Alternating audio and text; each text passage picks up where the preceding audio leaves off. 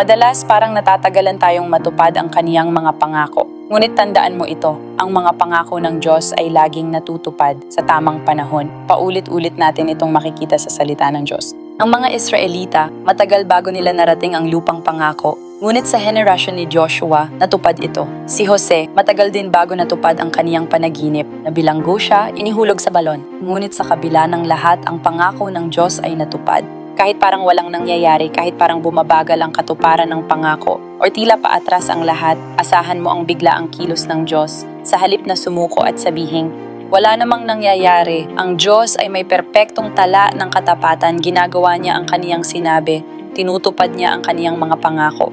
Kaya't makakatiyak ka mula sa kaibuturan ng iyong puso na kung ikaw ay mananampalataya, ito ay mangyayari.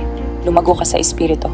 Baguhin ang iyong pag-iisip kapag tila imposibleng mangyari ang mga bagay. Huwag kang magduda. Walang imposible sa Diyos. Bakit mo pa iisipin? Paano ito mangyayari? Ang Diyos, yung mga himala, ang mga tanda, ang mga kamangha-manghang mga nangyari, ang hari ng mga hari na nakaluklok sa kanyang trono ang magpapatupad nito. Lumago ka sa Espiritu. Baguhin ang iyong isipan upang manatili sa kalagayan ng espiritual na paglago.